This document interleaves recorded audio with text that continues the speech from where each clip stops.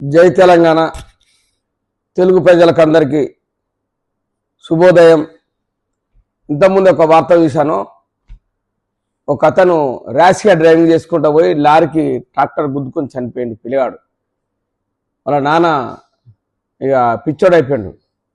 ఎందుకంటే 20 సంవత్సరాలు పెంచి ఏదో కూలి పని చేసుకుంటూ వ్యవసాయం చేసుకుంటూ ఆయన నా కొడుకు పెద్ద ప్రయోజకుడు కావాలి, పెద్ద ఉద్యోగం చేయాలి, ఏదో సాఫ్ట్వేర్ కంపెనీలో చేయాలి, ఏదో గవర్నమెంట్ సేవ చేయాలని కలలుగన్న తండ్రి ఈరోజు ఆయన చనిపోయిన తర్వాత ఆ పోలీస్ స్టేషన్ చుట్టూ తిరిగి లాస్ట్కు నా కొడుకు వస్తాడు అని ఇట్లా ఆయన అదే ధ్యానంలో పోయి అది ఎంత కొడుకు అంటే ఎంత పిచ్చో తండ్రికి తల్లికి ఇదొకటి ఆయన ఒక ఎస్పీ మాట్లాడాడు ఇంత ముందే.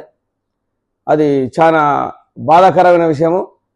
దయచేసి మీరందరూ స్టూడెంట్స్ మీరు ర్యాష్ డ్రైవింగ్ చేయకుండా ఒక నిదానంగా పోండి, ఒక రూట్లో పోండి. మీరు కాలేజీ పిల్లలు చాలామంది ఏం చేస్తారంటే జుట్టు పెంచుకుంటారు, ఇంత జుట్టు ఇట్లా జుట్టు పెంచుకొని ఆడు పిచ్చోని లెక్క జుట్టు ఉంటుంది, ఏదో సినిమాలో వేసినట్టు చేసి వారి ఇష్టంలో డ్రైవింగ్ చేసి చనిపోతూ ఉన్నారు చాలామంది. నేను చూస్తూ ఉన్నాను. నిన్న నేను మెట్రోకి వచ్చాను మియాపూర్ నుండి. ఆ పోరగాళ్ళు ప్రతి ఒక్కరి చేతిలో సెల్ ఫోన్ ఇట్లా కొట్టుకుంటూ ఉన్నారు. ఆ సెల్ ఫోన్ ఊరికే చూస్తే కూడా నరాలు చిట్టిపోయి ఆడు ఎందుకు పనికి రాకుండా అవుతాడు. నీకు అవసరం ఉన్నప్పుడు సెల్ ఫోన్ వాడండి, అవసరం లేనప్పుడు వాడితే అది నీ మైండ్కు పోయి అది నువ్వు ఒక ఎందుకు పనికి రాకుండా పోతారు. ఇది సెల్ ఫోన్ చాలా చూస్తే కూడా మైండ్ ఖరాబ్ అవుతుంది, బాడీ మొత్తం ఖరాబ్ అయిపోతుంది. అదన్నీ విషయాలు తెలుసు వాళ్ళకు. అంటే నేను ఎందుకు చెప్తున్నా అంటే వీళ్ళు ప్రజలు స్టూడెంట్లు ఈ దేశానికి వెన్నెముకలాళ్ళు, దేశానికి వెన్నెముకలు స్టూడెంట్ తలుచుకుంటే ఏదైనా అవుతుంది. ఒక గవర్నమెంట్ కూర్చే సత్తా స్టూడెంట్ దగ్గర ఉంటుంది. అటువంటి వాళ్ళు మేధావులు. మీరందరూ ఒక దేశ భవిష్యత్తు కోసం బాగా ఆలోచించండి.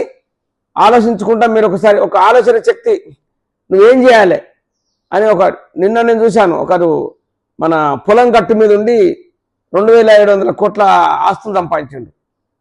ప్రపంచం ఇండియా మొత్తంలో ఆయన నెట్వర్క్ ఉంది. అటువంటి ఆలోచించండి. ఓడు కళ్ళు కంపౌండ్లో కూర్చుంటాడు, ఓడు బస్ స్టాండ్లో కూర్చుంటాడు, ఓడు రోడ్డు మీద కాలేజీ ముందు పోరాళ్ళకు లైటింగ్ కొట్టుకుంటే వాడు ఉంటాడు. ఆ దేశ భవిష్యత్తు పిల్లల చేతుల్లో ఉన్నది. అందుకే మీరు అందరూ ఏం చేస్తారంటే ఒకటి ఎన్నుకోండి. నేను ఇంజనీర్ అయితేనా, డాక్టర్ అయితేనా, నేను ఒక సైంటిస్ట్ అయితేనా, నేను ఒక రాజకీయవేత్త అయితేనా, ఇటువంటి ఆలోచించుకోండి.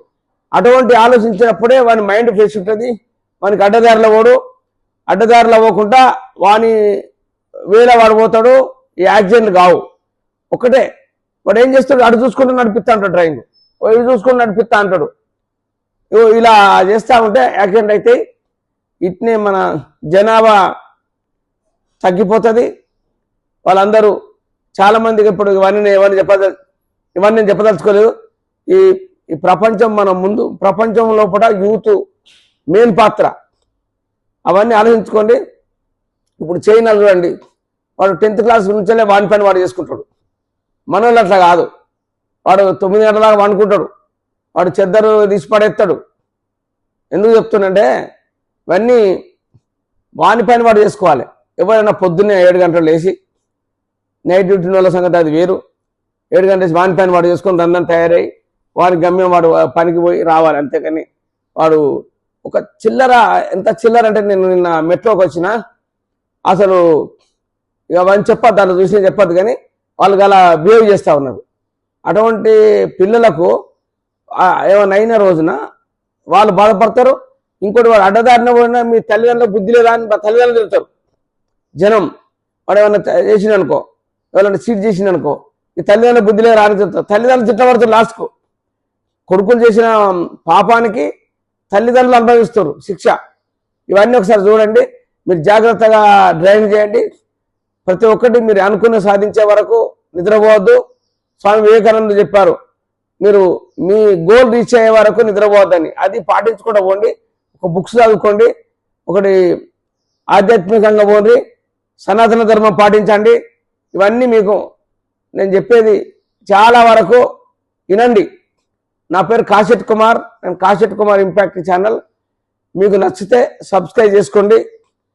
ఇలా మీకు జరిగినాయి చెప్తున్నాను, నిన్న జరిగినాయి ఈరోజు చెప్తాను, ఈరోజు జరిగినాయి సాయంత్రం చెప్తాను. జై శ్రీరామ్, జై తెలంగాణ, జై గోమాత.